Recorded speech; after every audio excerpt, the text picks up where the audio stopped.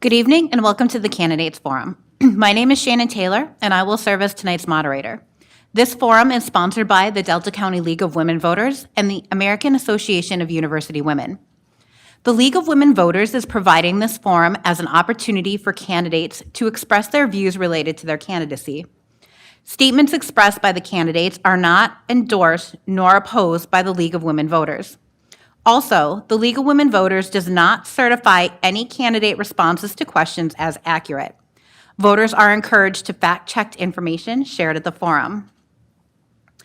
Primary forums only cover contested races. If a candidate is unopposed, we do not cover that race. Examples are the 4th and 5th County Commissioner districts this year. However, come the general election, and if that race now has competition, a forum will cover that race. We have 2 contested primary races that will not be covered. In a County Commissioner District 1, both candidates had to bow out for personal reasons. District 2 did not have enough candidates to commit to the forum. The League has an empty chair policy. When one or more candidates for office is on the ballot and only one candidate chooses to attend the forum, then no candidate for that office will be permitted to appear. Empty chair forums may not be held. We do this to avoid the appearance of favoritism by the League, the broadcasters, and the hosting facility to any candidate. Tonight's forum will be in 2 segments. The first segment is for the Delta County Commissioner District 3 race. There are 2 candidates for 1 seat. The term is for 2 years. The second segment will cover candidates for the Michigan House of Representatives, the 108th District. This term is also for 2 years. I will now introduce the candidates for the County Commissioner District 3 and explain the specific rules of the forum. We welcome the candidates and thank you for participating. We will go in alphabetical order. Candidates will make their 1-minute opening statements followed by responses to audience questions. The responses are also 1 minute and it will be a rotating response order. Each candidate will be given 1 minute to respond to each of the questions asked. A beep will sound when your 60 seconds are up, and the timer will also hold up a red card when your time has elapsed. Please refer to the timer in the front row. Then the question will go to the next candidate. The forum will end with each candidate giving a 1-minute closing statement. During this forum, candidates are asked to respond only to the questions asked by the moderator. Please be respectful of other candidates. Active debate with other candidates is not allowed. A parliamentarian will be present to ensure the rules are followed. You are, however, free to address any appropriate issue during your opening and closing remarks. Audience members are free to submit as many questions as they would like, and as many questions as time permits will be read and answered. Now, if our candidates have no questions, we will proceed with opening statements. Candidate Bob Barron, welcome. You have the floor for 1 minute, beginning now. Thank you for having myself here and having this forum. Just want a quick introduction of myself. I'm from the Flat Rock area. I'm currently County Commissioner for the District 5, and because of reapportionment, I am now going to running in District 3, where I live now as part of District 3. So, and just a little background, we've been in the Flat Rock area, the Barron family, since the 1850s. We predate even the township we live in. We've been here a long time. We're still farmers, and I'm married. My beautiful wife Barbara is over here. We have 3 sons, and we're celebrating quite a bit of joy lately. Our oldest son is married, and we're expecting grandparents in December, and we're very excited about that. And that helps to drive me, especially in what I work in, and I'm glad to be here and being running for this position. I was a trustee for Bay College for 31 years. I've served in multiple other things. Thank you. Thank you, Mr. Barron. Candidate Christina Williams, you now have the floor for 1 minute. Thank you. I was born in Washington State in a family that was expected to work hard and expected to value every dollar that was made. I moved to the UP in 1995, and I knew I'd found my place. I came to the UP because I went to Michigan Tech as a graduate student. I graduated with a master's degree in geology, and I have a certificate in change management. I have a certificate in citizen planning from Michigan State Extension, and I hold a business license in the state of Michigan, and I enjoy renovating old properties and lighthouses. I retired from Bay College last year, meeting my lifelong goal of retiring at 55 years old. It was a challenge my mother gave me. While I was at the college, I was vice president of operations, providing oversight and management of IT, facilities, safety and security, and accreditation. I was planning commissioner in the city of Escanaba until I moved from the city out to Ford River, and I also serve as the planning commission. I'm the chair of the planning commission for Delta County. Thank you. Thank you. That concludes opening statements. We will now proceed with questions submitted from the audience. Since the opening statement began with candidate Barron, we will now move on to candidate Williams to answer the first audience question. Candidate Williams, what would be your top 3 priorities as county commissioner?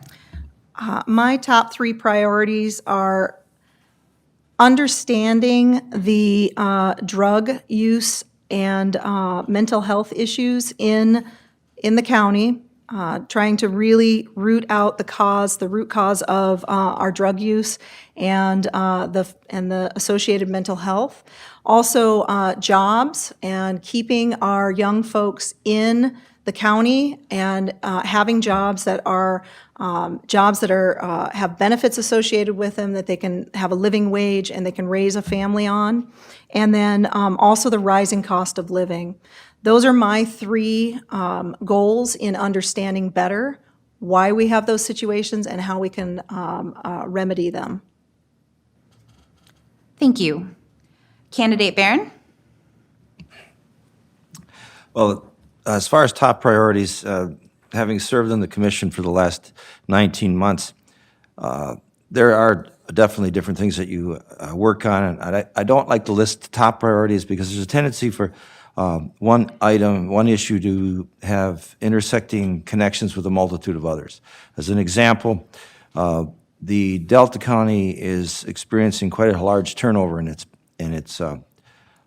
people that work for the county, and this leads to a lack of continuity, efficiencies, much more work by the remaining staff, and actually increases cost. So, but there's a lot of reasons why that's taking place. We need to dig down to what that is, and address those, which will lead to other issues that are pertaining to it. Like I said, these issues all interconnect in multiple ways. Thank you. Thank you. Candidate Barron, our next question is, what qualifications and experiences will help you best serve as county commissioner? Experiences, qualifications. As I mentioned in my opening statement, I was a trustee at Bay College for 31 years, served in all officer positions, committees. I've served on numerous other boards, one of them being Greenstone Farm Credit Services, which is located out of East Lansing. It's a lending institution mainly for agriculture, but rural lending for homes and what have you. When I left, it had a portfolio of approaching about $4 billion, and that was about 20 years ago. It's been gone by quickly, but now it's in an area of 12 billion, excuse me. But I've learned as a board member over that period of time and the amount of different boards that I've served on, the 3 basic functions of a board member and a board of governance are to write good policy, hire good people, and monitor performance, and do not get into the what you would call micromanaging your people. If you're in micromanaging your people, you didn't really need to hire them in the first place. Thank you. Thank you. Candidate Williams? I would actually agree with Bob on all of these aspects. But what I would bring to the table would be the ability to have conversations that are very open, meeting people in the middle, and I value diverse opinions. I like to hear people talk to me about their issues that I don't necessarily understand or agree with. I really value diverse opinions, and what I strive for in the work that I do on the committees that I serve on is to balance. There's always going to be a give and a take, and you aren't always going to be able to accomplish what you feel your goals are, but you will for the community as a whole, and that's because you've listened, and that's what I think is I bring to the table and would be very valuable. Thank you. Candidate Williams, should zoning be the responsibility of the county or the townships? Why or why not? I believe that zoning, as it currently is set up, where townships that cannot accommodate their own zoning or don't wish to do their own zoning is provided by the county. I believe there's economy of scale in doing that. I do believe that the townships that cannot provide their own or do not want to provide their own can provide fiscal can provide fiscally to the county to cover the costs of the county doing the zoning, and I believe that there's economies of scale there. I do also believe that the liaisons for towns, that we should have liaisons from townships that do their own zoning, and they're very effective at that. Those township liaisons should sit on the planning commission for the county so that they can help to facilitate what we are doing as disparate groups, but it's the same work. And so how can we learn from each other? And I would think that it should stay the same at this point. Thank you. Candidate Barron? Well, the Delta County Board of Commissioners has actually already voted to get out of zoning, and with good reason. The only reason that the townships and the have zoning, or the county is doing the zoning for them, is because the county board passed back in the 70s, ordinance to have zoning. It is not required, and only 21 counties in the state of Michigan do anything in zoning. In the UP, only 4 do, Delta County being one of those 4. And from a zoning standpoint, the county does not have the power of the townships from the police ordinance standpoint and the enforcement of zoning. Number 1 in zoning as far as enforcement are the cities, the incorporated cities. Number 2 are the townships, and the low man on the totem pole is the county. And the zoning is not, by removing the zoning ordinance, by the county getting out of it, it allows the townships to have zoning whether they want it or not, before they were forced to. Thank you. Thank you. Candidate Barron, in February 2020, the board passed a resolution regarding Delta County being a sanctuary county for gun owners. Do you support this resolution? Why or why not?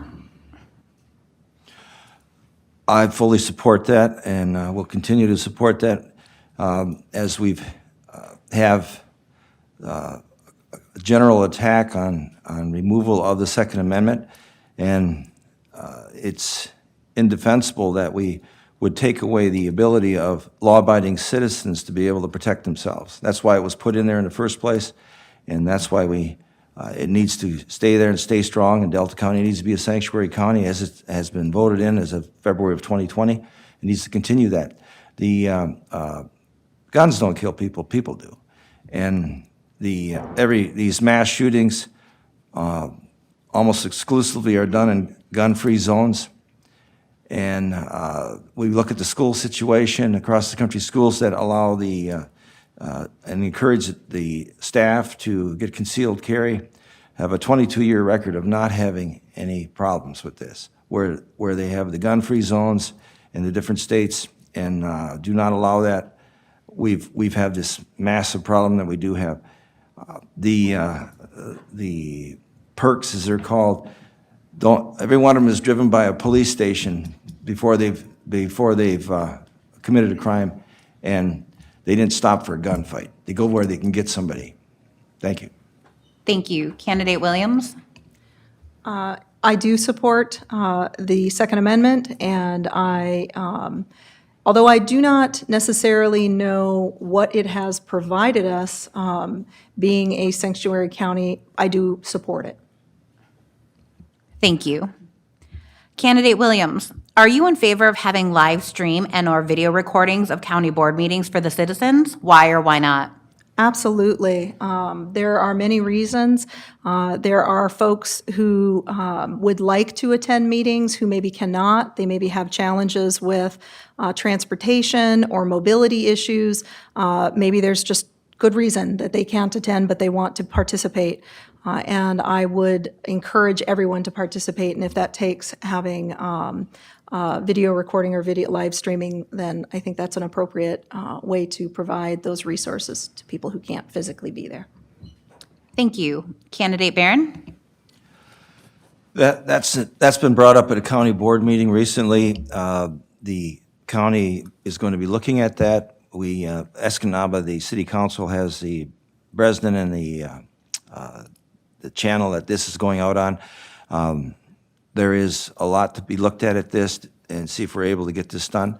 And until we get the information, we'll see what the cost and the ability to get this done is. And if it looks like it's something that's very worthwhile to do, I believe it'll be done.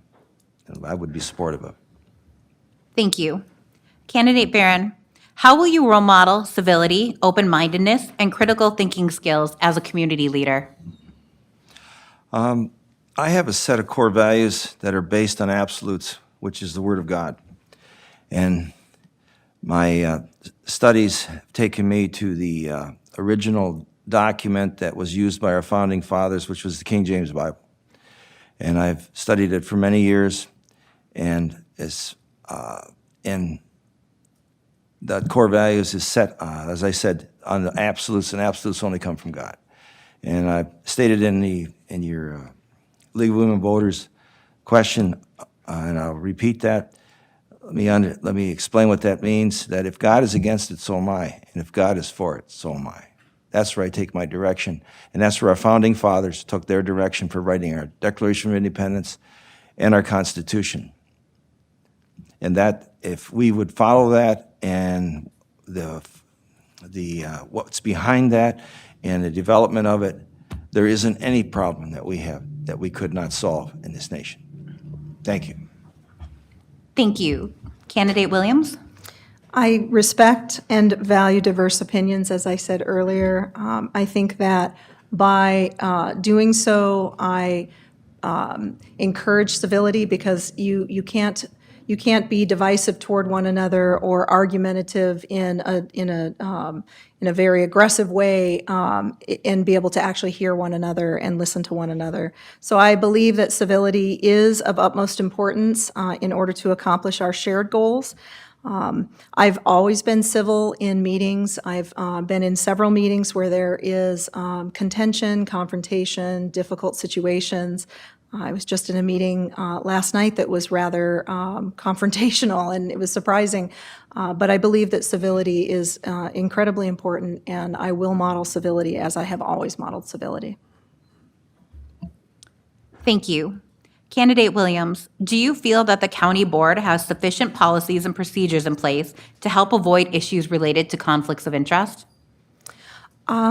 I do not, and I actually reviewed policies that were posted on the Delta County website for the commission, and I'm not sure that there aren't several policies that could be reviewed and new policies implemented. I believe that we do need to review policies of conflict of interest, and what I've experienced in the last year and a half with the implementation of the solar ordinance and the delays that a potential conflict of interest, whether there's one there or not, it doesn't matter. But the delays that created really just hurt everyone. It hurt the landowners who were waiting. It hurt the developers. It hurt the commission and the folks who were a part of the process. So I think that it's worth reviewing at this point. Thank you. Candidate Barron? The conflict of interest policy, or as you've stated here, the statutes are pretty clear on where you have a potential conflict of interest. It, as was relayed by Ms. Williams, there was, the delays were that in the lack of acceptance of some of the board members. And they were in the majority for a while and finally realized that it wasn't the case. It was a majority vote, that there was no conflict of interest. And pertaining to a public official is a whole different set of rules.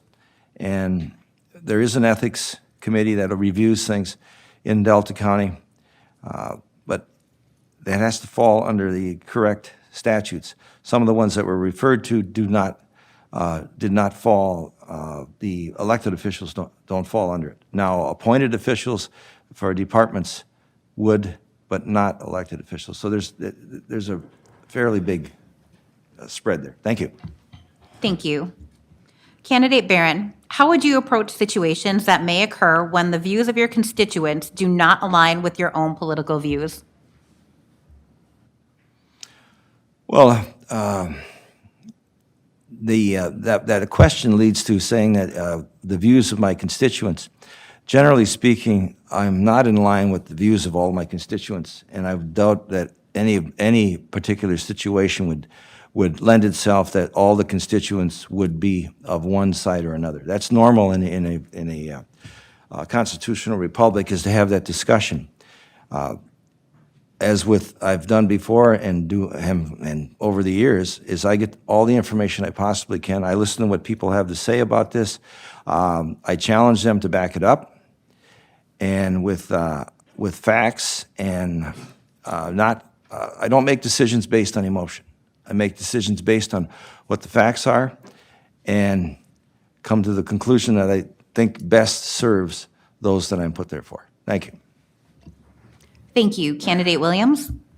I would never put my own views above the views of my constituents. I would listen to what the constituents' views are, what their concerns are, what their issues are, and I would take action based on whatever consensus building I could accomplish in whatever issue it was. My personal views, my personal opinions are secondary to the constituents. Thank you. Candidate Williams, how do you propose to balance the county budget given recent economic trends? I think that in the short term, there are cuts that can be made to budgets, very strategic cuts. There are ways in which you can evaluate budgets to look for redundancy and make those cuts to balance. But really, when it comes to budgeting, you've got to look at the long term. And if you're having to cut budgets or look at how to balance budgets every year, you're looking for cuts, then you need to really take a look at that budget and understand where you can have long-term savings. So whether those long-term savings are elimination of services that are no longer needed, or redundant services, or maybe there's technology that can do some of the work so that the people who are doing redundant work can do more sophisticated work, and you can save dollars by doing so. Energy efficiencies in buildings, county buildings. So there's a variety of ways that you can look at long-term savings, and that's what I would strive for. Thank you. Candidate Barron? The county budget by law has to be balanced, and the county budget actually is in fairly decent shape right now, and the fund balance, and that needs to be maintained. We aren't in a critical situation yet. Obviously, the storm clouds are on the horizon with this runaway inflation and all these other aspects taking place.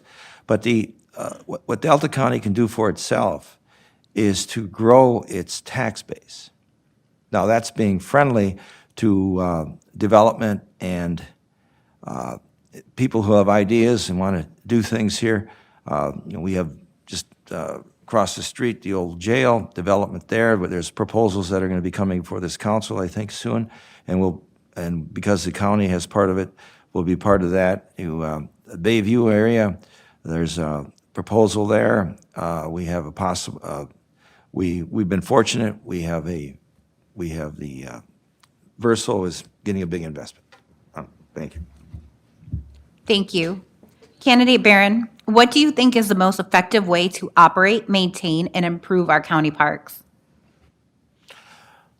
We have just signed recently a contract with, extension, 10-year extension with the Soil Conservation District.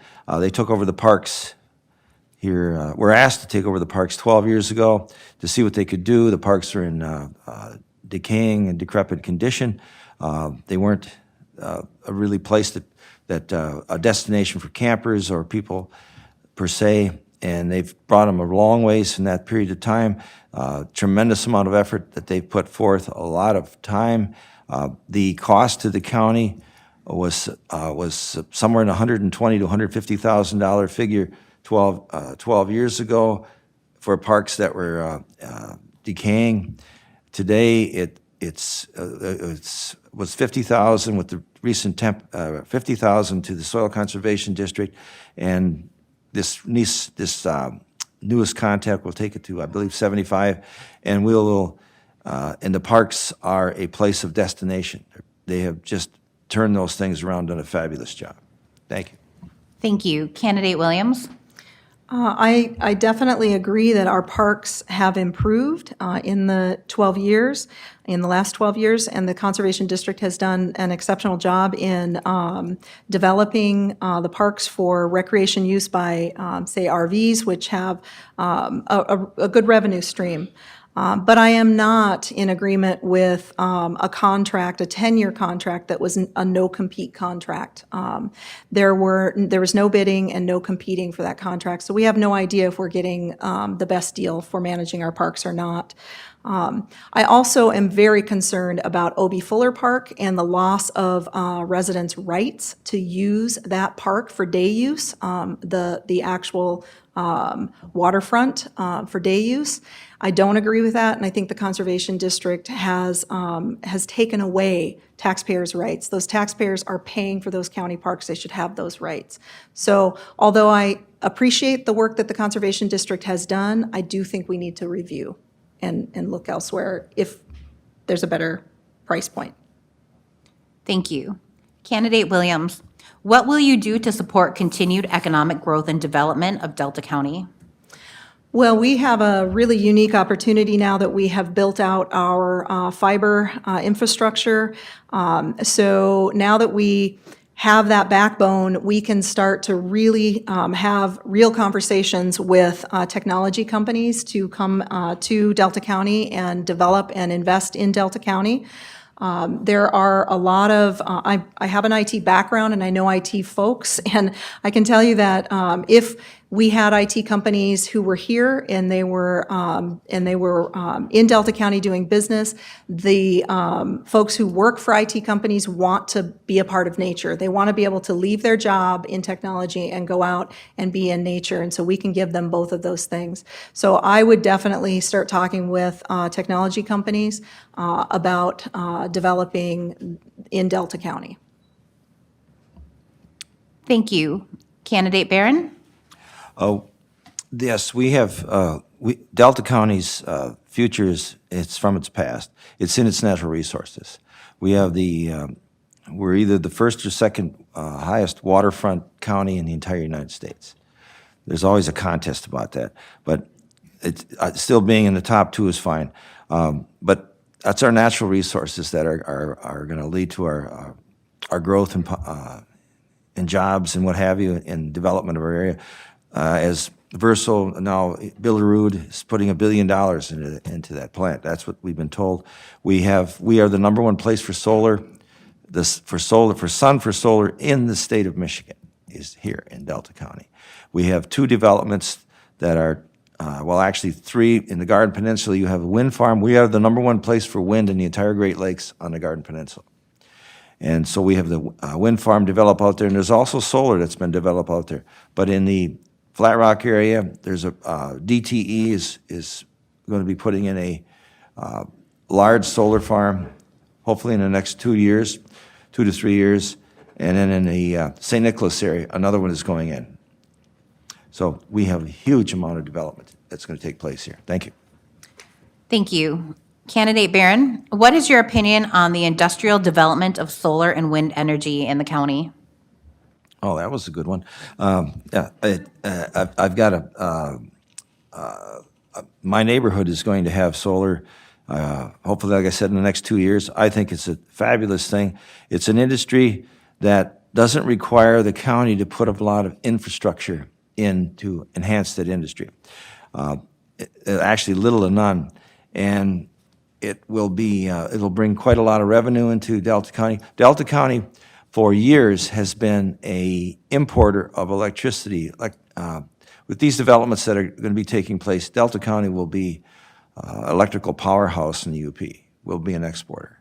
And that should enhance some other development in our county, because hopefully that does bring down our rates. We've been among some of the highest in the country, and we've got this resource we need to take advantage of. I'm very supportive of solar. Thank you.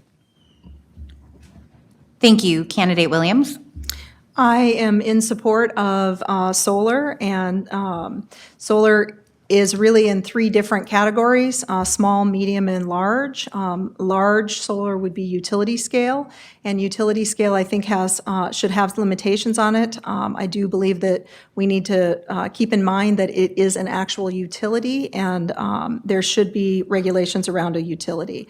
Where I really am focused is small and medium. This would be rooftop and side yard solar, and that's because there's a huge savings to the to residents who can install a side yard and rooftop solar. And what I would want to focus on is opening up the grid so that the public, which really owns that grid, the public has access to it so that they can net meter and they can install small, medium-size solar arrays, and they can garner the benefit, financial benefit from that. So I'm very much a proponent, but I think small and medium is something we should focus more on. Thank you. Candidate Williams, do you think Delta County has sufficient blight ordinances, and are they being effectively enforced? Yes and no. I think that there is no real blight ordinance that's countywide. There are ordinances in the townships, and there are ordinances in the cities. I don't see it effectively where there are blight ordinances effectively being managed, or I can't think of the right word off the top of my head. So I would say that there are better ways to manage blight, and that we could do more about blight. Thank you, Candidate Williams. Candidate Barron? As far as from the county standpoint, the Board of Commissioners, it's questionable whether we could put a blight ordinance in. We're not the closest government form to the people. The cities are, the villages, and the townships.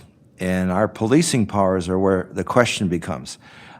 We generally are limited on what we can write on policing or criminalization and from the standpoint of blight. So the blight ordinances are ones that realistically from the county standpoint, which is we oversee the rural area, is in the townships. And because we have township government in this state, that is where it would need to be, and that's where it needs to take a foothold and get done. If we did not have townships, then the county would have the opportunity to do that. Thank you. Thank you. Candidate Barron, how would you improve the road conditions in the county?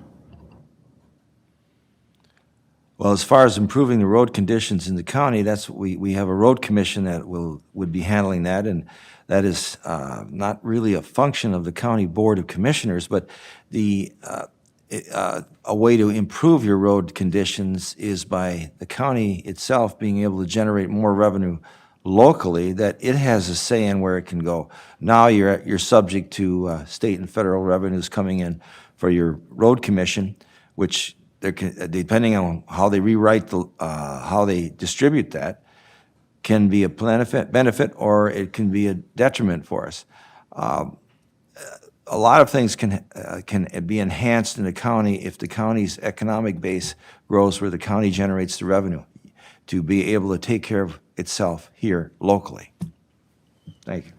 Thank you. Candidate Williams?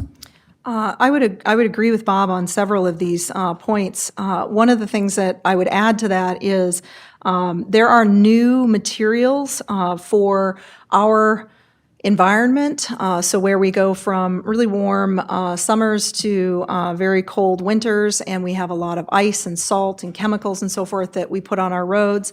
And I think that, I'm sure that our road commission is probably reviewing these new materials, but I think that we need to look more at like the longevity of the materials that our roads are actually manufactured from or are being built from. But as far as the county itself, it's the road commission who manages the roads. Thank you. Candidate Williams, how would you address the need for housing in the county? How would I address the need?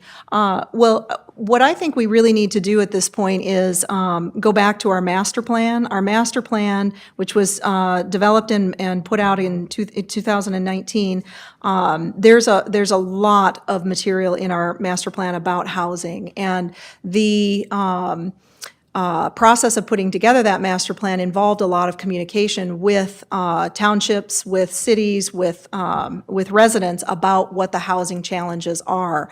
And so we have a document, we have a guiding document that has all that material already in it. I would encourage the commission to open up that document and look at what we need to do around housing. But I also want to make sure that we look at zoning to ensure that we have our areas where housing needs to be developed zoned appropriately, and addressing that sort of missing middle, which would be condominiums, low-rise apartments, and the like. My time is up.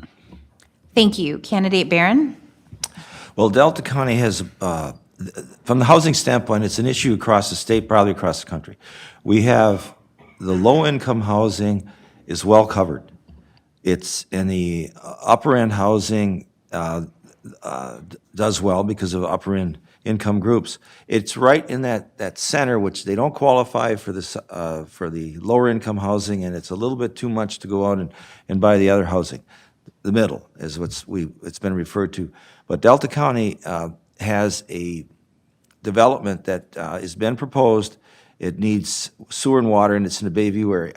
That sewer and water gets in that area. The proposal is, which this latest state budget may be there, but the proposal is that along the lake, there'll be condominiums. The initial, once the sewer and water gets in that area, will be 100 potential condominium units with an ultimate goal, if it goes well, to 800. Delta County is really on track to be able to fit that middle. Thank you. Thank you. Candidate Barron, what changes can the county board pursue to provide greater mental health services? What changes? Well, we had a Pathways CEO before us. I think it's Mr. Mike St. John last summer, and it was for another issue. But I asked a question. I said, mental health, which was mental health started by an executive order from President John Kennedy in 1963, and we built this whole mental health to this point. I asked the question. I said, mental health. From that point to this point today, which was 58 years last year, 59 now, is it better, is it the same, or is it worse? When he finally answered the question, it's worse. So we put a great deal of effort in mental health. How do we enhance the mental health? How do we help this mental health issue? We have poured a lot of resource and efforts to it. We need to step back and say, why is it that we are worse when we got ourselves into it starting in 1963. We need to figure out what the problem is, and we need to go back to the basics. Thank you. Thank you. Candidate Williams? I agree. We need to really understand the root cause of mental illness. And I think also it's really exacerbated right now with COVID and all of the lockdowns and protocols around that. That was really, really hard on people, very, very difficult. And there's mental illness people have mental illness issues from just that, let alone all the other things that create mental illness. I have a personal connection with this. I have family members with severe mental illness, and I can say that elimination of facilities that allowed for residents with mental illness to have a place to stay, a place to be, has been just a detriment. And I would hope that we could, as a county, potentially look at a facility that would provide that resource. Thank you. Candidate Williams, if elected, how will you role model professionalism and respect for the ideas and beliefs of others and take an active stand against political bullying? I think I do that all the time. I have always been professional in the work that I've done. I have served on several boards. I've volunteered my entire life, and in every volunteer organization that I've been a part of, I've been professional. I had a professional position in my career, in multiple professional positions in my career, and so I feel as if I present myself and believe in myself as a professional. And as far as bullying is concerned, I do not tolerate it. If someone presents bullying to me, I will stand up to that, and I will address it. I will not tolerate it. Thank you. Candidate Barron? The term political bullying, just in using bullying is a negative connotation, but as far as political bullying, it's dependent on who's speaking what. Just asking questions in the political arena today is considered bullying. So it's who's coming forth with this and why why would you be concerned that, or why would you be called a bully? And that's, once the term is used, then there's a blindness that comes to people, oh, this person's a bully. But you can be bullied for, or accused of bullying specifically for asking questions. I've seen this as been a commissioner for the last 19 months. I'm on, each commissioner in Delta County is on 10 to 15 other boards besides the commission, as part of the commission job. And just by asking questions, it puts a discomfort on these different boards and committees, and the term bullying can be used, yet you're just asking a question. Thank you. Thank you. Candidate Barron, if elected, how will you practice and role model strong listening, dialogue, and compromise skills?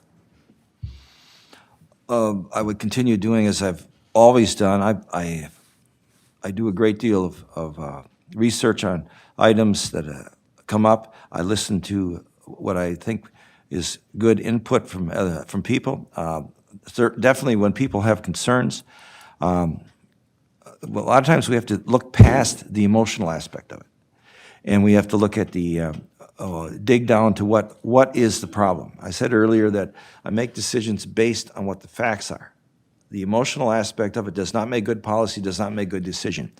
And when you make decisions on an emotional basis, you're guaranteed that you're setting up a future, that solution you'll come with that will be guaranteed to be a problem in the future. Thank you. Thank you. Candidate Williams? Could you please repeat that? If elected, how will you practice and role model strong listening, dialogue, and compromise skills? So I do believe that I am a very effective listener, and as a professional in information technology, I started out in basically support, and many years ago, and I learned how to listen effectively, not allow someone's emotion when they were very frustrated and just ready to tear me apart. I was able to very calmly listen, understand their viewpoint, let them express their emotion, but not get upset or internalize that. And I think that all those years in working in user support, I became very effective at managing that sort of environment. So I believe I have the skills to effectively listen and manage emotions within. Thank you. We have now come to the final minutes of the candidate forum for the District 3 County Commissioners, when each of our candidates will be given a 1-minute to make a closing statement. Candidate Williams, you may begin. I just want to say thank you very much. Thank you for being here. Thank you for the questions. This is all new to me. I've never done this before, so it was very exciting and nerve-wracking at the same time. But I very much appreciate hearing what the questions are, and I really look forward to an opportunity to serve as county commissioner. And I hope that this evening, in any of the words that I've spoken this evening, they might have resonated with you. And if so, I hope to see you out in August 2nd at the primary. Thank you. Candidate Barron? Yes, I'm thankful for being here also. I would like people to realize that I've taken the oath of office many times.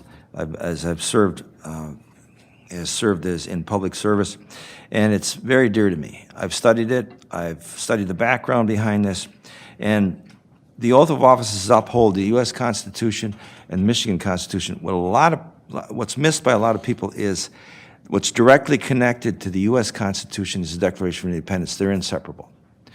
Our articles, a number of articles in the Constitution come directly from the Declaration of Independence. And so when you make that oath, you're making it to both those documents. And in the second paragraph of the Declaration of Independence, it says, "We hold these truths to be self-evident that all men are created equal, that they are endowed by their Creator with certain unalienable rights, that among these are life, liberty, and the pursuit of happiness." That should be dear to every elected official that comes forth. Life, liberty, and the pursuit of happiness. And our founding fathers, as it says in the end of the Declaration of Independence, they put this document together for a blueprint, for a contract with our country, the whole Constitution. And at the last sentence, it says, they wrote this, "We mutually pledge to each other our lives, our fortunes, and our sacred honor." That is the importance of your oath of office. Thank you. Thank you. Each of our candidates has now made his or her closing remarks. Thank you once again for participating in our forum this evening. We will take a brief break to set up for the second segment, the Michigan House of Representatives, the 108th District. That forum will begin at approximately 8 p.m.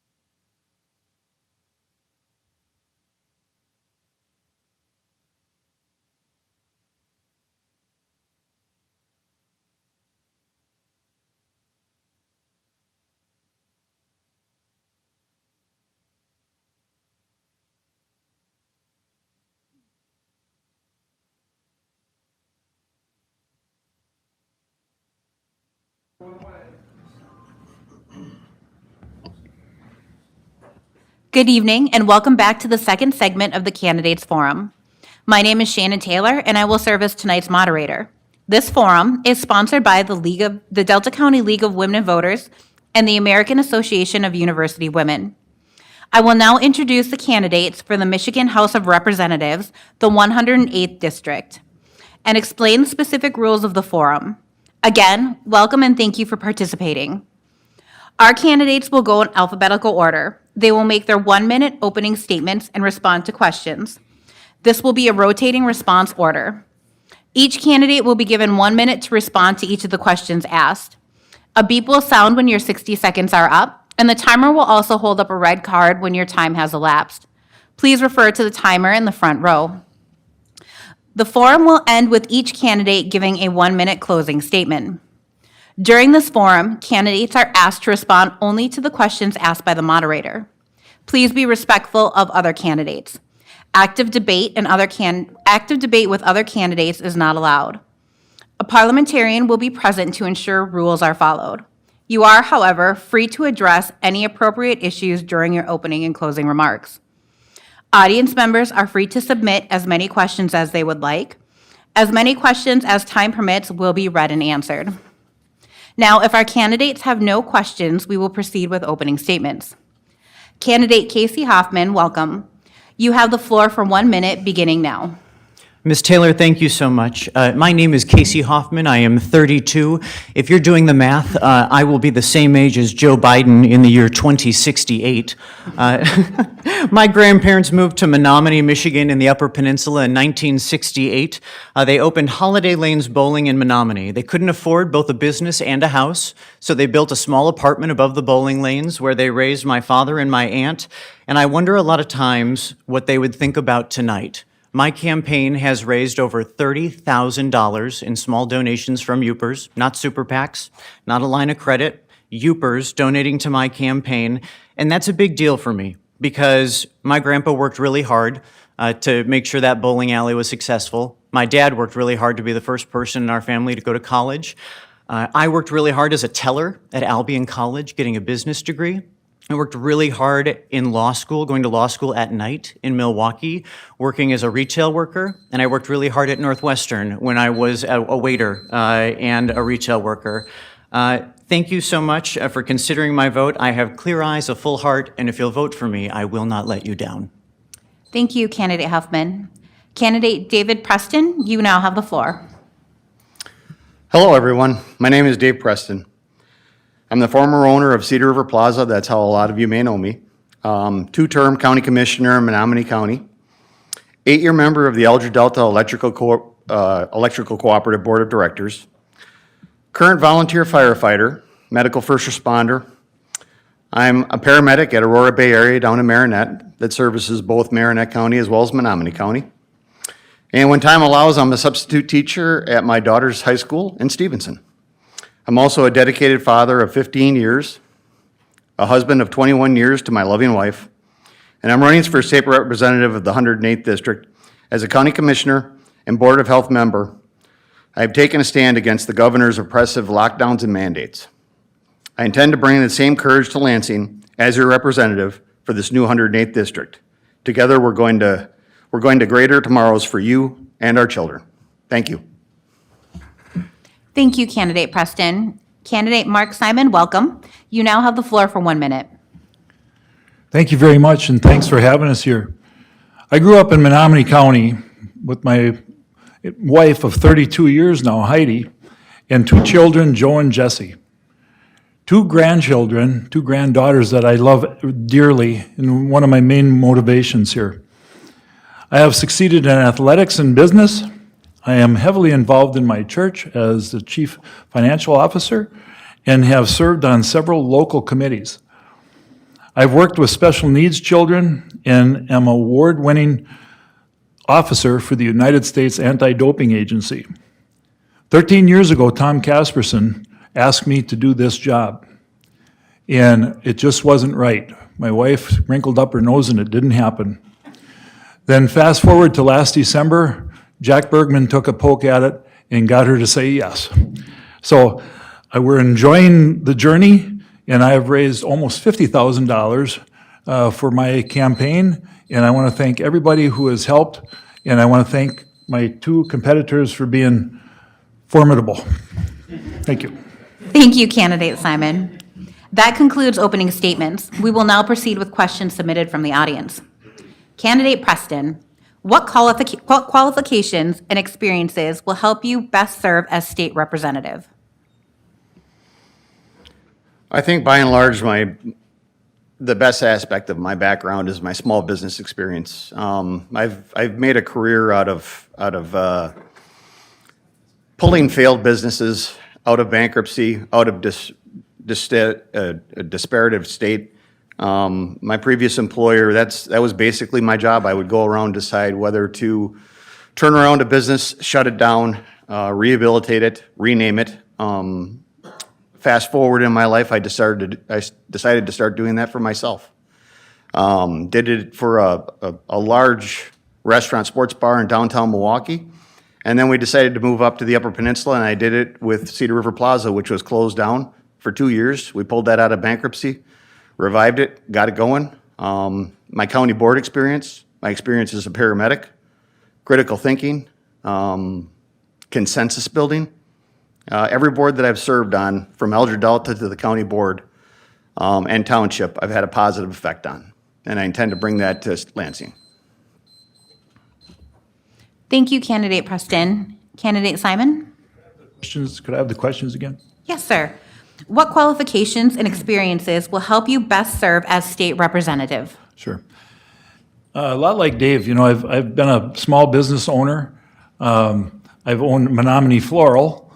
I've owned laundromats, and I've owned a multi-million-dollar investment business, which I sold in 2008.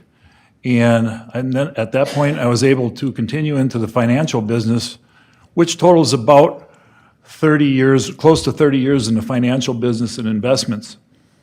After becoming, I contracted cancer, and I got in a fight with cancer for about 13 months.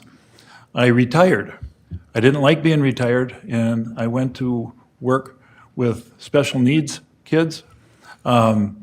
And I also, like I said before, am a officer for the United States Anti-Doping Agency, and I coached. And Dave mentioned consensus. When you are coaching a girls' basketball team, sometimes that can be challenging, and we set 14 school records as a coach. And I got the red flag here. Thank you. Candidate Hoffman? I'm very pleased to hear about what my opponents have done in the past. I'd like to tell you about what I'd like to do in the future as your next state representative. My experiences include being the only candidate in the race with a law degree. I think that's really important in a legislature where we're going to have to tackle Roe v. Wade in a thoughtful way after this. I think we have a lot of things on the agenda, and we need to get them done, not just look to the past. We need to get our tax situation under control. I'm the only candidate in the race looking to eliminate state income taxes. More money of your taxpayer dollar in your pocket is better for our entire economy, and this is exactly the time to give you a tax cut. You need that now. Gretchen Whitmer recently vetoed a gas tax holiday. Wrong move. I would hold her accountable. I would stand up to her. I think that we need to build Line 5, the tunnel that surrounds Line 5. It's deeply important. That would add, if we didn't build Line 5, we'd have another 2,000 trucks going over our bridge. That's pollution, and a whole lot of other things that I would do if I had more time. Thank you. Candidate Simon, what would be your top 3 priorities as state representative? How does everybody feel about inflation in the economy right now? How do you like, I see it, how do you like going to the gas station? With my background in economics and in investments and money handling, that is probably my very first thing that I'm going to engage in. I've been endorsed by the Small Business Association of Michigan, the Michigan Manufacturers Association, the Association of Contractors and Builders, those people look into the candidates and they figure out who could best serve in those capacities. The other thing is our crumbling roads. I don't think I need to say much more. We got to fight for that money. And another thing that I'm going to skip over election integrity and get to mental health. The government caused the mental health with the shutdowns and the mandates, and now we need to address what they sort of messed up for us under Gretchen Whitmer. Thank you. Candidate Hoffman? Thank you.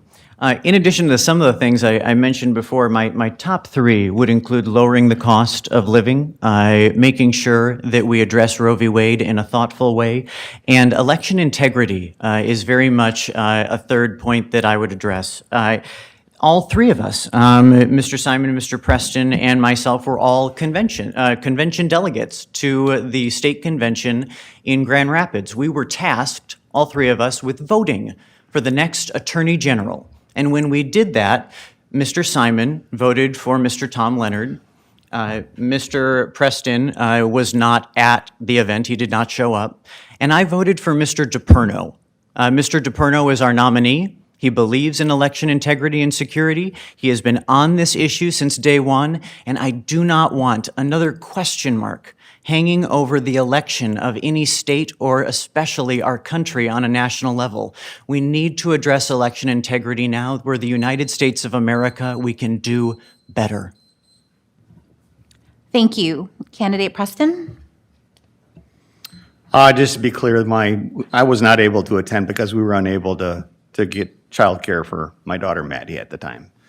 But one of the things, the three things that I would do is I've told everybody my biggest mandate is to try to constrain, withdraw, control the oppressive regulatory atmosphere that Michigan has. As a small business owner, especially of a gas station that sells lottery, DNR, liquor, the amount of regulation between your underground storage tanks, it's mind-boggling. It's almost it takes away the ability to pursue the American dream. So my first thing would be to try to restrict and streamline Michigan's oppressive regulatory atmosphere. Healthcare quality, access, and portability is another big one on my list. The Upper Peninsula is poorly taken care of when it comes to healthcare. I'll save two for later. Thank you. Candidate Hoffman, what do you see as the unique challenges facing the constituents across the newly redistricted and much geographically larger 108th district? Terrific question. Thank you for asking. The biggest concern is that the Upper Peninsula continues to be treated like the Lower Peninsula. And I'd like to take a moment to address our governor, Governor Gretchen Whitmer, who during the pandemic shut down a $500 billion economy overnight, ripping away countless jobs and livelihoods from people we all know. When virus levels were low in the Upper Peninsula, she shut us down anyway. To answer your question directly, she treated Daggett just like Detroit. And the UP in the 108th is not the Lower Peninsula. If you elect me, I will make sure you always have a voice in the Lower Peninsula. You need a lawyer. Hire me. Thank you. Candidate Preston? Could you repeat the question? Yes, sir. What do you see as the unique challenges facing the constituents across the newly redistricted and much geographically larger 108th district? I see similarities across all the areas that I've canvassed. Opportunity, specifically economic opportunity. The UP, I've watched it, I've been coming up here since I was born. The UP has been slowly, systematically dying on the vine between schools competing with each other for the student census, families needing to leave the Upper Peninsula due to lack of opportunity. There's just the biggest thing that I see that binds us all together is just the lack of opportunity, and it's just due to the oppressive nature handed to us by Lansing. Thank you. Candidate Simon? Again, infrastructure. Nobody's happy with our roads. We need to fix our roads. School funding. Why do we have to always ask the taxpayers to help us with our schools? It's not supposed to be that way where we have to pass millages all the time. Another big thing on my mind is long-term care. We have an overworked nursing staff out there in long-term care. Right now, they're averaging 18 patients per shift. An efficient staff would manage anywhere from 6 to 8. So I'm very nervous about our workforce in the healthcare up here, the roads, school funding, and the economy overall.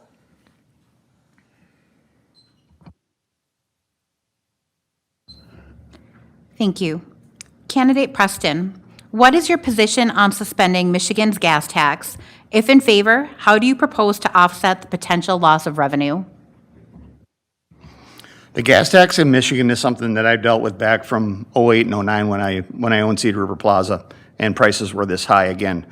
The biggest problem that Michigan faces is that all of the gas that's sold in the state is subject to a 7% sales tax. That 7% sales tax is also levied against the 26% federal excise tax. The path to solving Michigan's fuel tax issues is really to try to get the sales tax off of the gasoline sales.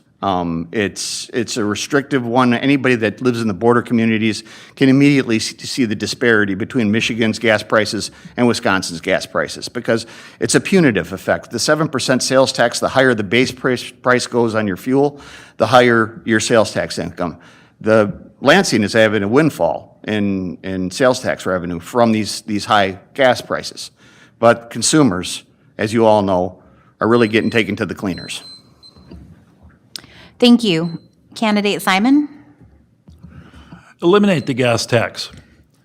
I'm irritated with the level and the size of government. I am for smaller government, less government. And by decreasing the size of the government, you will offset the tax loss revenue from the gas tax. So I am a smaller government advocate, and I'm going to work to do that, work to trim the fat in Lansing. Thank you. Candidate Hoffman?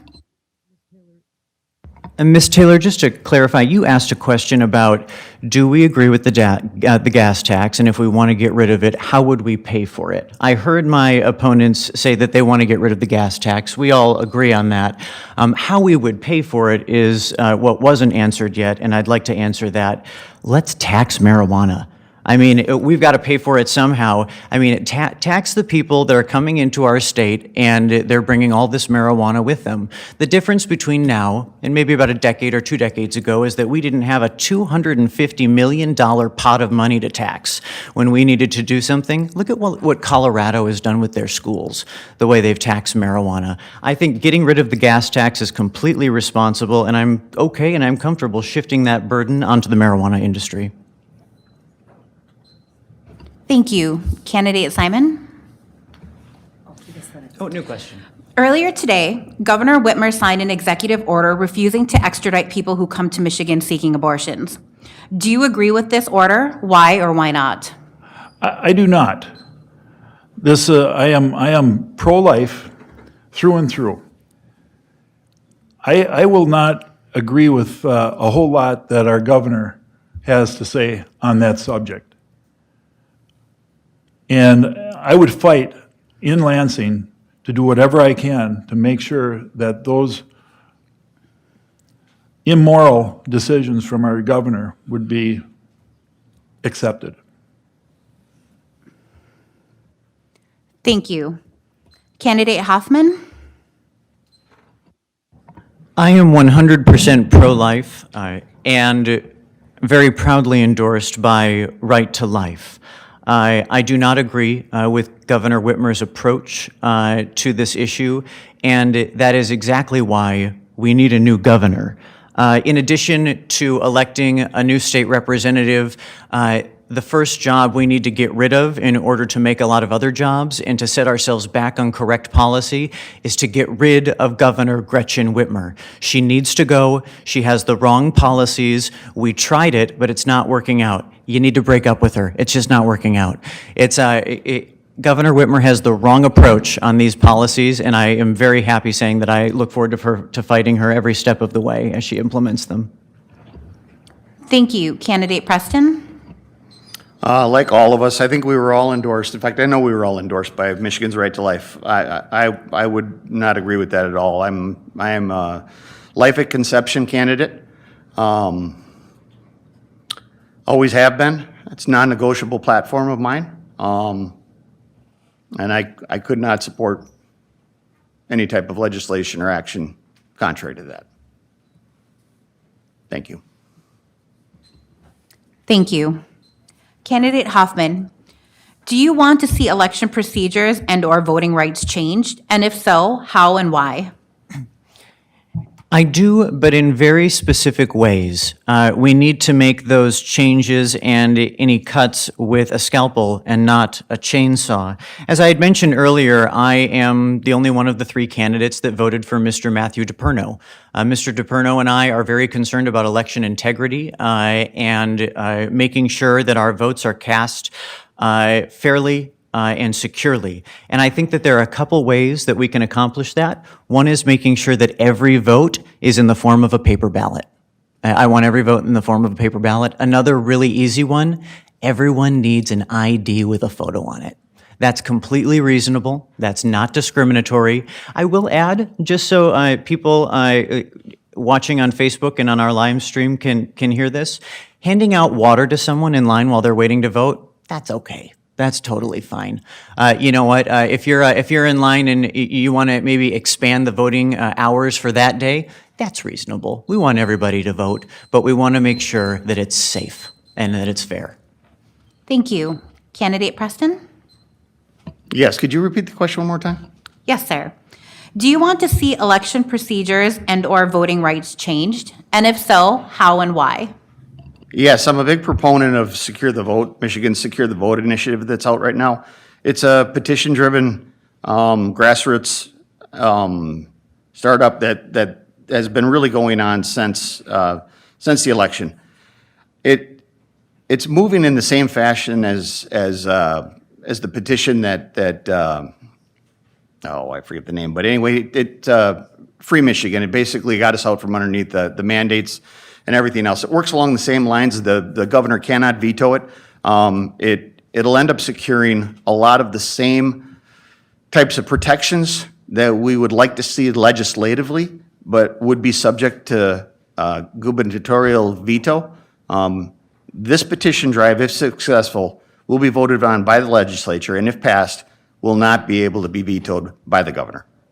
So that I think is our clearest path towards election security. Thank you. Candidate Simon? Election security, just think of that. Why are we even talking about it? But we are. And that's one of the most important privileges we have as Americans. Was there fraud? I believe there was in this election. Are we gonna try to overturn the election? No. That'd be like the first baseman arguing with the umpire about if the runner is safe or not, while the guy is running around the bases scored a winning run. It especially, you talk about election integrity. I'm not sure how anybody knew how I voted, whether it was for DePerno or Leonard, but there's assumptions out there. And it bothers me to think that there are. So I am a big proponent of fixing election integrity out there. It is a major problem right now in our country. I can see it in your eyes out there that you agree with me. We have to be more confident and trust that system again. And we need to get on it right away. Thank you. Candidate Preston, what steps, if any, should be taken to curb gun violence in our communities and particularly in our schools? Gun violence, this would definitely take more than a minute to review, but I've told everybody that I feel that the gun violence that's been going on in our country, especially in our schools, is almost a symptom of a greater illness in our society. The removal of God and country from our schools, just the fundamental baseline of our Judeo-Christian values has been eroded over multiple decades. And I think we're seeing the fruition of that degradation. There are no easy answers when it comes to gun violence and safety. That being said, I am a pro-Second Amendment candidate. We need to do better to protect our children. I'm not a one-size-fits-all person. I think every school board, every district needs to secure their schools, but they have to do it in a manner that fits their geographic area and their population. Thank you. Candidate Simon? I have 2 little granddaughters, and they're going to be going to school pretty soon, and they need to be protected. We have to figure out how to secure these schools. Maybe it's through limited ingress and egress. Maybe it's metal detectors. But we have to be able to play defense once things start happening. Gun-free zones. Should there be? Probably, but man, I'm not a gun-free zone fan when the bad guy has a gun and I don't. I'll do whatever it takes to protect my grandchildren and yours. And right now, that means playing a little defense when the guy comes through the door. The bad guy isn't going to stop at the door and ask permission to come in, as we're seeing. I'm a 2A guy. I'm a concealed weapon carrier. I have my permit, and I believe in constitutional carry. No negotiations. Thank you. Candidate Hoffman? Thank you for a thoughtful question. I'd just like to note before answering that I do have an AQ rating from the NRA, which is the highest rating they give new candidates. And I do have a concealed carry permit. I heard 2 specifics only from Mr. Simon about ingress and egress and metal detectors, but there are a number of proposals supported by members of the NRA that we could get to work on that maybe some people would find middle ground on. Removing bump stocks for public sale is something that the NRA has proposed. 2, making sure that we have gun insurance, like a lot of really responsible gun owners in the UP have. You don't have to mandate it, you just got to get it to be a part of the culture. Mental health on demand. We mentioned it earlier, but making sure that our mental health care system is really in check so that we can catch these things before they happen. And 2 points I'll make about just how we reform our gun laws. The UP is a prime example of responsible gun ownership, and what we don't want is to use red flag laws as a slippery slope to degrade the Second Amendment. I won't allow that. Thank you. Candidate Simon, what actions or policies do you support to protect Michigan's water, air, and land for current and future generations? What is your position on energy efficiency and renewable energy? Great question. I grew up on the Menominee River. I care deeply about the natural resources in the Upper Peninsula. And again, it's not just for us, it's for generations to come. I am concerned about some of the practices that could take place as far as mining, but I'm also very excited about the potential of the economic development with that. Enbridge, I had a great meeting down in Lansing with them and learned a lot about renewable energy. And the policies, any policy that will ensure that the environment is safe and that we can efficiently use renewable energy, I would vote for that. I'm all for it. Thank you. Candidate Hoffman? The Bible tells us to be good shepherds of the one earth that God has given us, and I intend to do that, but we also need to make sure that we heat our homes and we've got some energy in the process. So let's get rid of that gas tax that Governor Whitmer won't get rid of. Let's build Line 5. Let's make sure that we enclose the pipeline in Line 5 and get that energy flowing back to Michigan. We're talking about energy not from Russia, not from the Middle East, from Canada. Canada is looking to give us energy. That's important. That's a source that we should take advantage of. I think we need to take advantage of all of the tools in our arsenal: wind, solar, nuclear. But the point is, not one of those is really going to get the job done. There is no silver bullet when it comes to an energy solution, but there may be silver buckshot. All of these different things, wind, energy, and nuclear, working together so that we can hit the problem head on. I think that's how we do it. Thank you. Candidate Preston? Yeah, my experience, 8-year experience on the Elgin Delta Electrical Cooperative Board has led me to, it's alarming what's going on right now. Just in the last 365 days, 3,200 megawatts of baseload generation has been shut down. That's natural gas, coal, and nuclear. That's enough, and that's just for our market in the central. It's called the MISO market. It comes down the center of the United States. That's enough to power 2.8 million homes. They just put out a briefing today about rolling brownouts down in Texas due to the heat wave. Texas is very reliant on renewables, specifically wind and solar. Well, it's not windy down in Texas right now, and that's part of the problem. We're headed into an Armageddon, an electrical Armageddon, because if you add 20% EVs onto this already fragile infrastructure that we have, there will be, no doubt, rolling brownouts in the Upper Peninsula. I can guarantee you that. Some of you have already received letters warning you of the possibility of that. And with the impending heat wave that is coming, it could happen as soon as this year. Thank you. Candidate Hoffman, do you support freedom of choice and medical privacy for people in all matters of healthcare, including reproductive rights? Why or why not? The moderator's question is about a case constitutionally known as Roe v. Wade that was recently overturned. I think a lot of you probably remember this case. If you were alive at the time when it came down in 1973, you were probably watching the NBC Nightly News with Walter Cronkite, and he came on the TV and said, "Today, the Supreme Court legalized abortions, overturning law in 46 out of 50 states." 46 out of 50. Fast forward all the way to 2015, and if you were watching CBS, that same network, the Supreme Court, the news anchors at CBS would have said, "Today the Supreme Court legalized gay marriage in 2015, overturning only 13 states with traditional marriage laws. 46 for abortion versus 13 for gay marriage. This is a states' rights issue, not a privacy issue.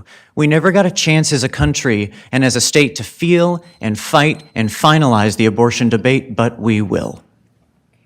Thank you. Candidate Preston? Could you rephrase that question one more time?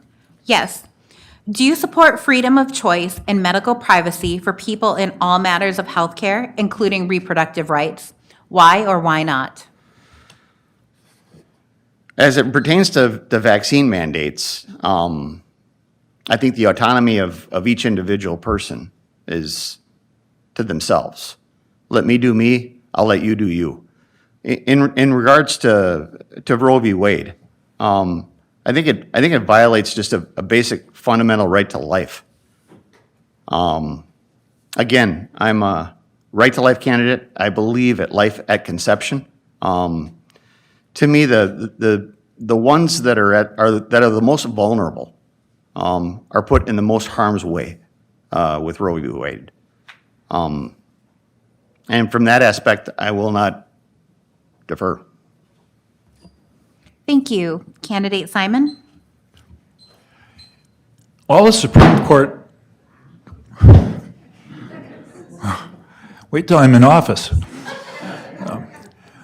All the Supreme Court did was put the abortion issue back into the state's hands.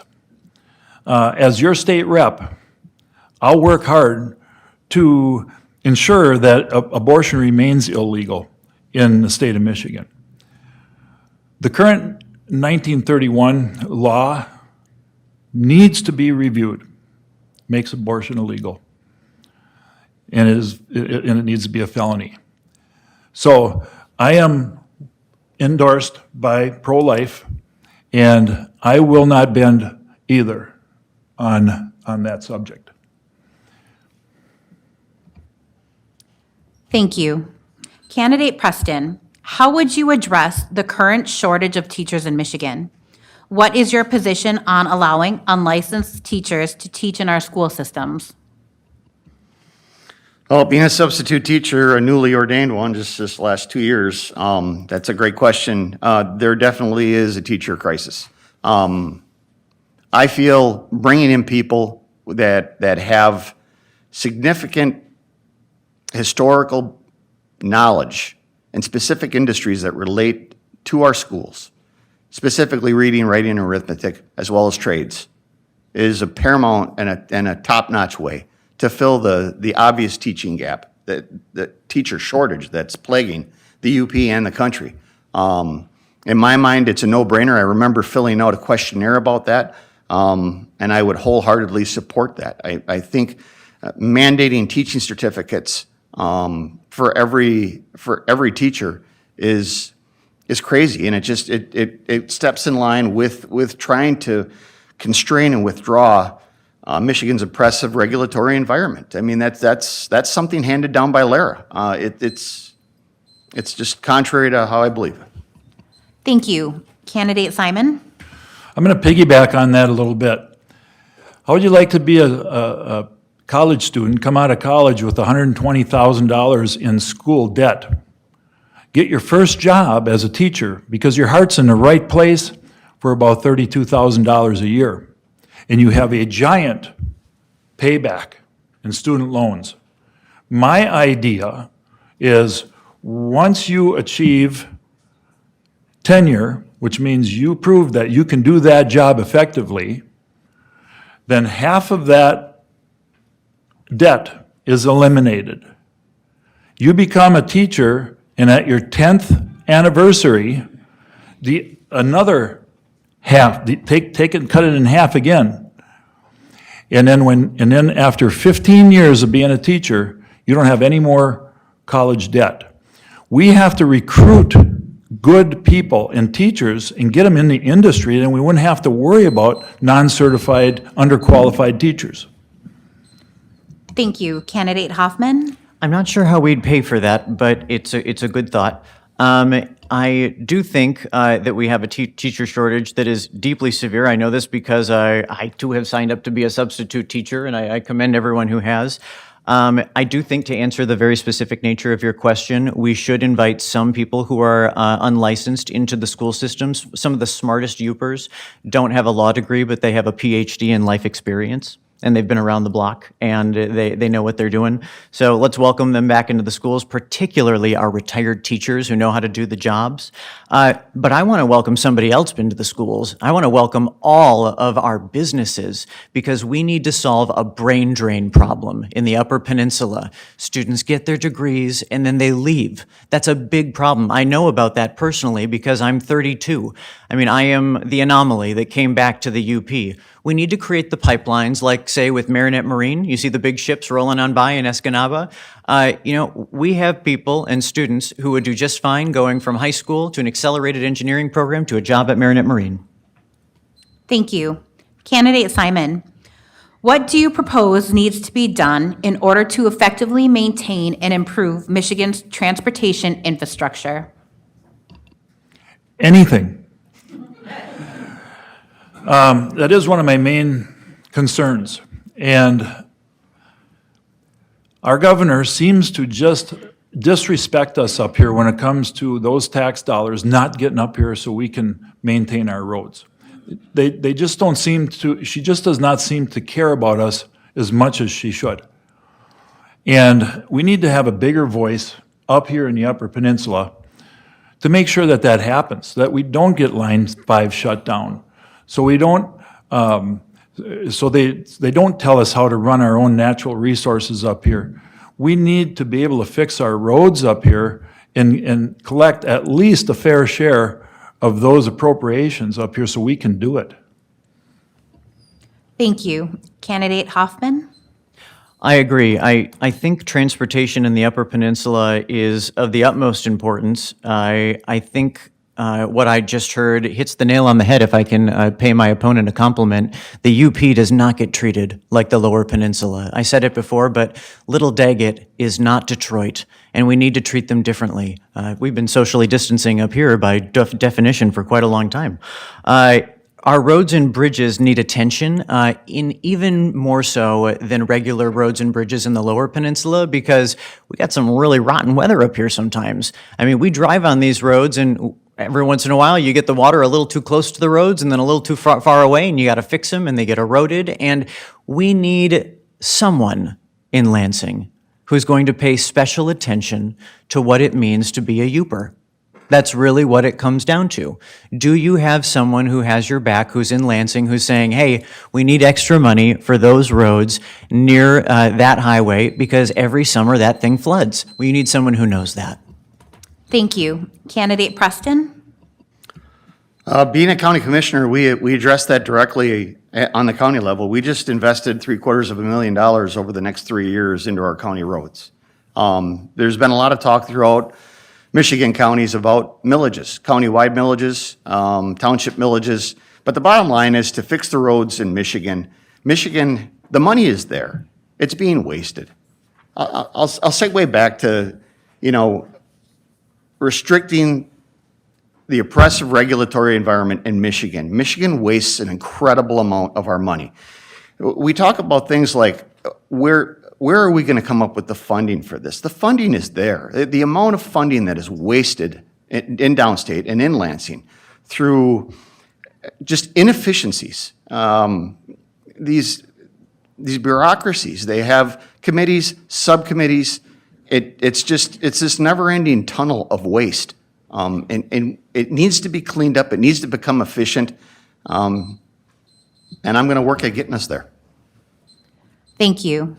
Candidate Hoffman, what is your position on the role of the state legislature or the governor to make vital health and safety decisions during a health emergency versus the authority of the local health departments? I think Governor Whitmer abused her power as governor. Sorry about that crack you're all hearing there. We'll get past that together. I think Governor Whitmer made the wrong decision in exercising too greatly her emergency powers as governor. These are decisions that need to be made in conjunction with people on a local level. The Upper Peninsula did not need to be shut down when the Lower Peninsula was shut down. Our virus levels were not that high. We share a land border with Wisconsin, not Michigan. We have a bridge that was largely preventing much of this virus from coming up to our area, but she shut us down anyway. She treated the Upper Peninsula like the Lower Peninsula. We all paid the economic costs for it, and we need to send a legislator down there who keeps that in the forefront of our governor's mind. We run a real serious risk of her running for re-election and winning. I hate to even verbalize that. She could win if the Republicans mess this up. You're going to need somebody tough in the legislature there to fight her. Thank you. Candidate Preston?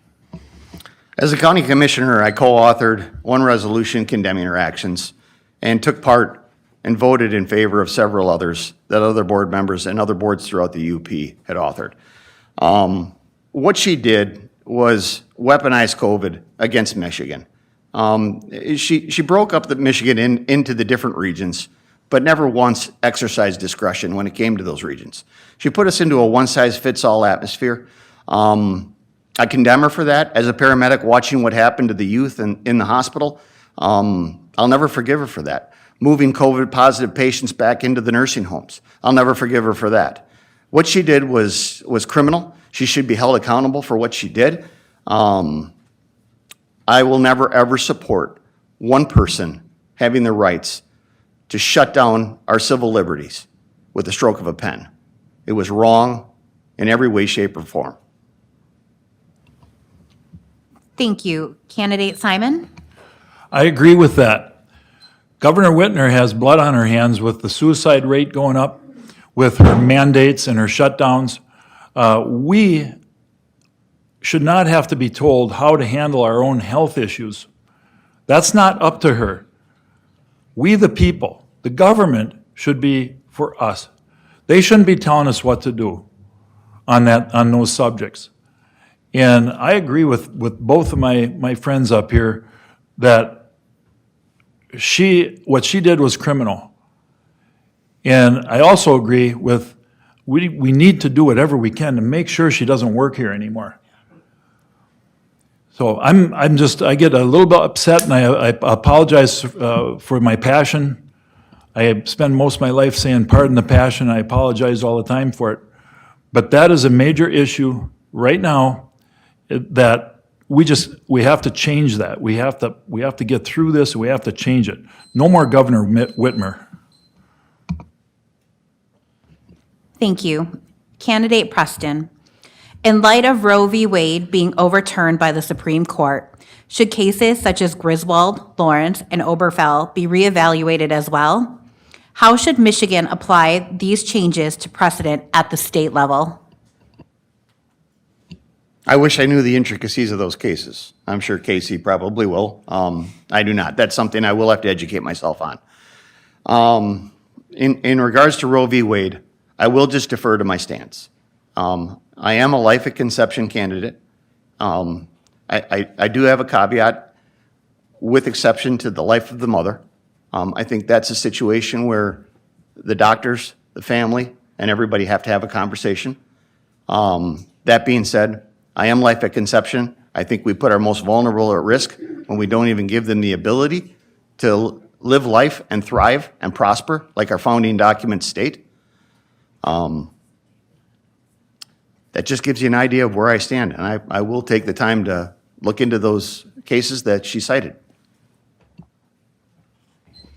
Thank you. Candidate Simon? Yep, could you repeat that question again? Yes.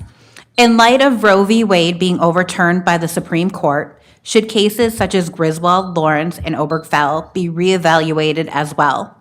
How should Michigan apply these changes to precedent at the state level? Yep. And I too, I'm gonna go to the same classroom as Dave is on that. However, my sister is adopted, and I am so anti-abortion, and I'm so pro-life, as we are all endorsed by them. And there are so many people out there that can't have children that are waiting for them. We need to increase our ability and the speed and the ease of getting these children adopted.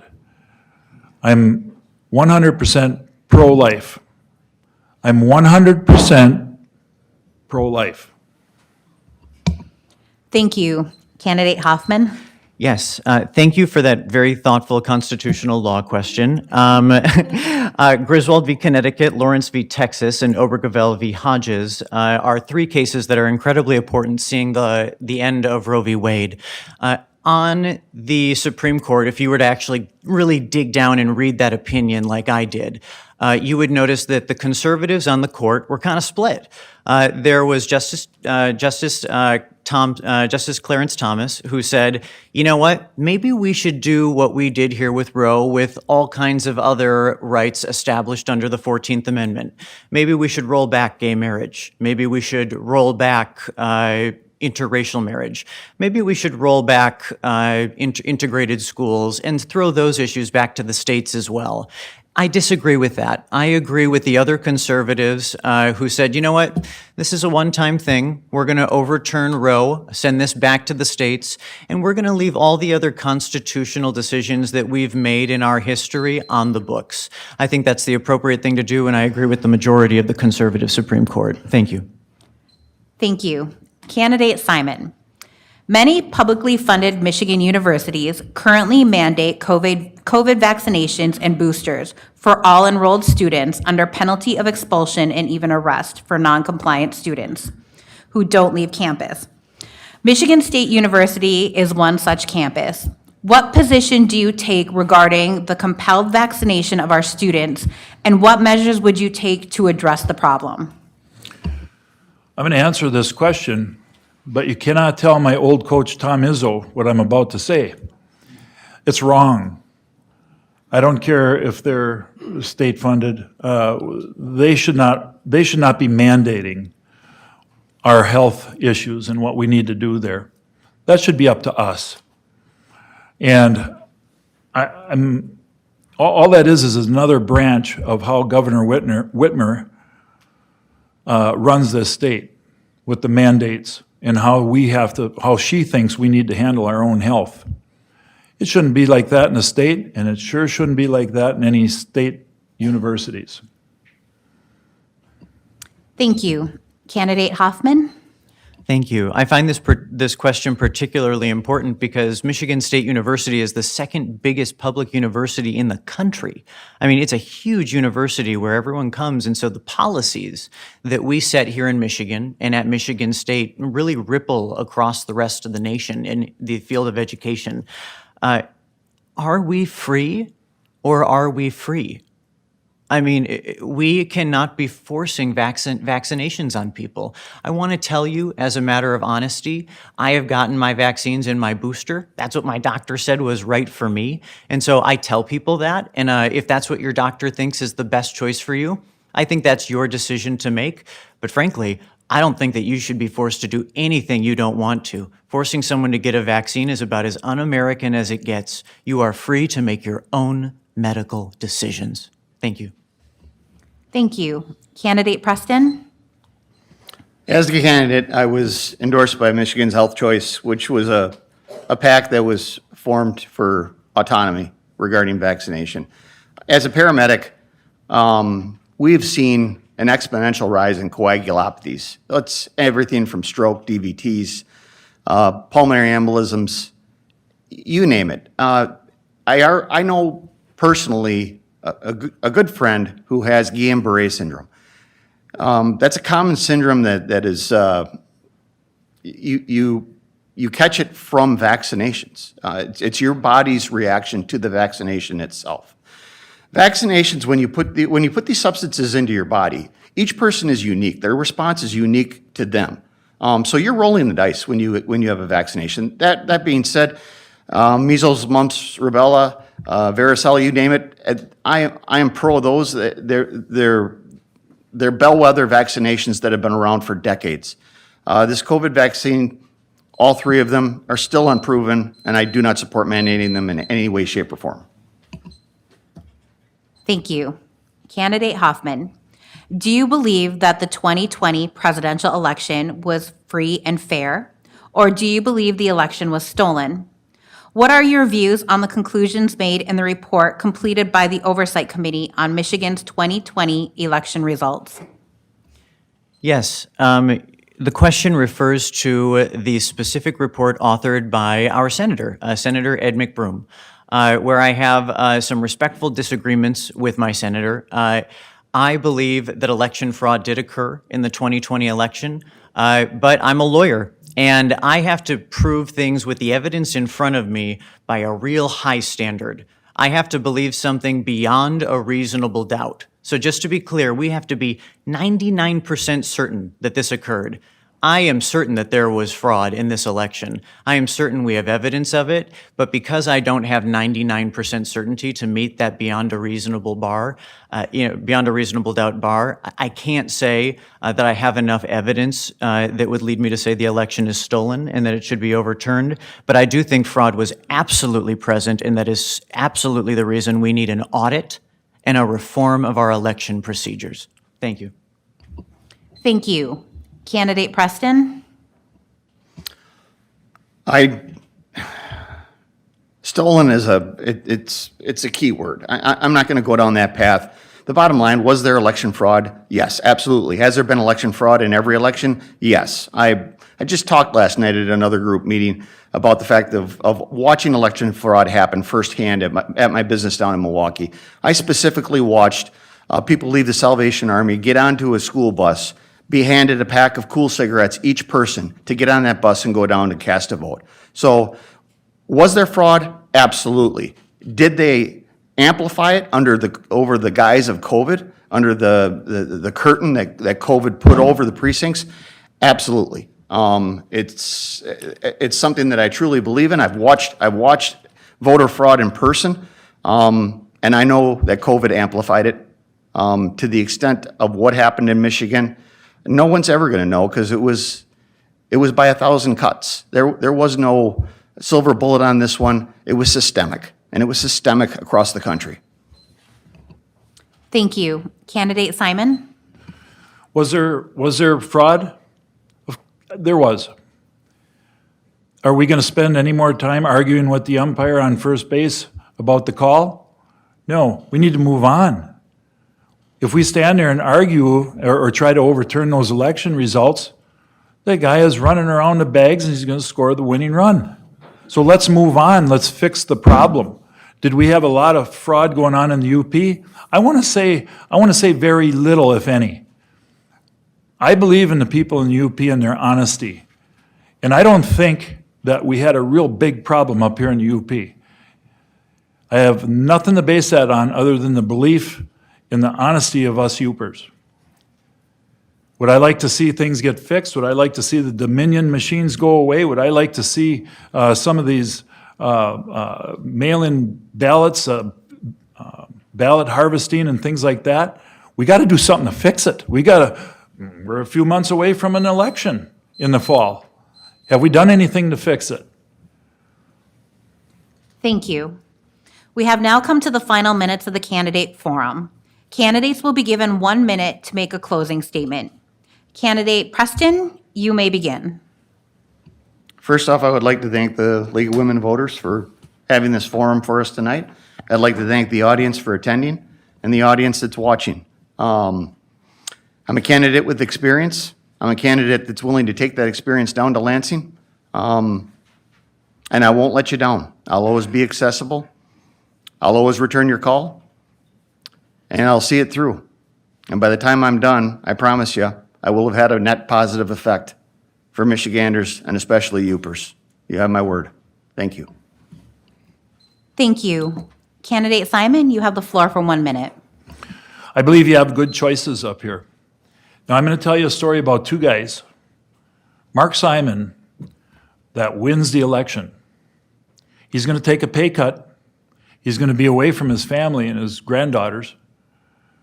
He's got to drive 6.5 hours one way, a couple times a week, stay away from the family. I'm going to be away from my number one fan, my mother, of 80 years old. What if Mark loses? He's going to make more money. He can be home with his grandkids. He's going to drive 12.4 miles a day in his car. There's going to be a lot less stress. I'm going to enjoy the UP every day. But I believe God has me right where He wants me. And I'm going to take that very serious. And if He wants me out of this position, He'll take me out. My mother doesn't want me to do this, but she said, you were born to do this job. You were raised to do this job. You were groomed to do this job. Thank you, everybody, and thanks for such a good forum. Thank you. Candidate Hoffman, you have the floor for 1 minute. I have the experience, but I also have the right experience. When I was getting a business degree, I was able to afford that because I was working as a bank teller, helping long lines of tired customers get through the day. When I was getting my law degree at Marquette University Law School in Milwaukee, I had to go to law school at night because during the day I was working as a waiter. That's important. You want someone with those values. When I was at Northwestern University studying at a really great college, I had to really be strategic about when I took my classes because I had a retail job and I was working on Black Fridays. You want someone with that kind of experience. It makes you kinder, it makes you believe in the little guy, and importantly, it's proof that I am not an example of a sprint, not an example of a marathon, but an example of a relay race. We don't get to see every generation cross the finish line, but we hand the baton forward, and we hope that they'll carry it further than we could. If you hand me the baton, I will not let you down. Thank you. Thank you. Each of our candidates has now made his closing remarks. Thank you once again for participating in our forum this evening. The League of Women Voters has also provided an online voters guide, which can be found at vote411.org. Vote411.org is a one-stop shop for election-related information. It provides nonpartisan information to the public. It is already available. A recording of tonight's forum will be available on the Delta County League of Women Voters webpage at lwvdeltacounty.org. We hope that the audience has found this evening informative and helpful in determining for whom they will vote. Please make your voice heard by voting in the Tuesday, August 2nd election. The polls will be open from 7 a.m. until 8 p.m. For those unable to be present at the polls, absentee ballots may be picked up at your local clerk's office. Please call them for more information. Absentee voters are encouraged to return their ballots as soon as possible, but every ballot will be counted if received by 8 p.m. on August 2nd. If you need additional election information, call your local clerk's office. Please note that due to a recent court ruling, you will also need to present a picture ID when voting or fill out an affidavit stating that you do not have a photo ID. We would like to thank the City of Escanaba for the use of council chambers and broadcasting the program. And thank you to our local media for publicizing tonight's forum, and a special thanks to our audience for your participation. Before we end tonight, we, the Delta County League of Women Voters, would also like to remind our viewers that if you find our forums informative and you believe that voter participation is not a spectator sport, we urge you to join us. We are always open to new members. Any interested man or woman can contact us at lwvdeltacounty@yahoo.com. For the American Association of University Women and the Delta County League of Women Voters who sponsored this evening's forum, I am Shannon Taylor. Thank you and good night. Shannon, thank you.